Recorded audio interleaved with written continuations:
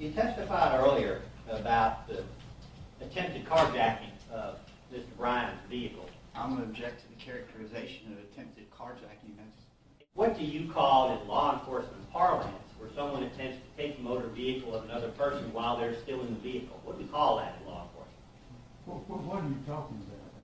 When Mr. Bryan spoke to the Glenn County Police Department on February 23rd, he indicated that there was a time when he felt that Mr. Bryan was trying to get inside his vehicle. Mr. Arbery. Mr. Arbery was trying to get inside. He felt Mr. Arbery was going to try to grab the door handle and open the door.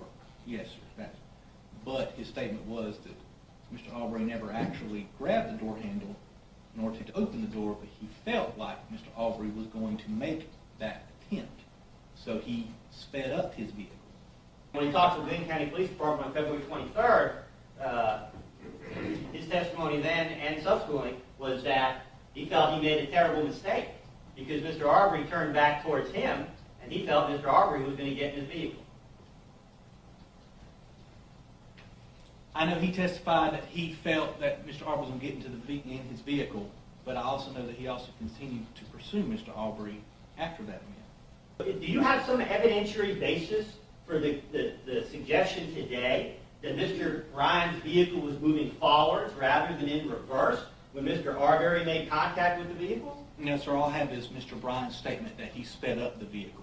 I do not know the direction of travel of his vehicle, whether he went backwards or forward when he sped up. I'm going by his statement on the day of the murder. Even though on May 13th, he told Officer Jason Seacrest clearly and emphatically that he was trying to go backwards to get distance between himself. Objection, compound. No, sir. That was not the basis of my arrest, Mr. Bryan. It was his statement that he attempted to block, pin, whatever phrasing you would like to use, but detain Mr. Arbery without legal authority, and by doing so, he contributed to Mr. Arbery's death.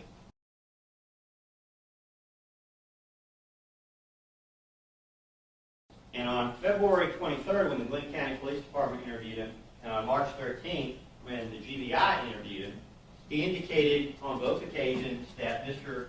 Arbery, for whatever reason, looked mad, looked angry. I don't recall that, Councilman. You don't recall that? No, sir. Okay. Now, of course, if a bunch of white people that you didn't know were chasing you around with cars and guns, you might have reason to be mad, right? Are you talking about me or Mr. Arbery? Any young black man in South Georgia being chased by a bunch of white guys with guns would have reason to be mad, wouldn't they? Just have a call for speculation, obviously. I'll rephrase. Yeah, please do. Mr. Bryan indicated that he felt threatened by Mr. Arbery's actions. Am I correct? I believe he felt that Mr. Arbery was going to try to open the door, if that's your question about that part. Right. Yes, sir.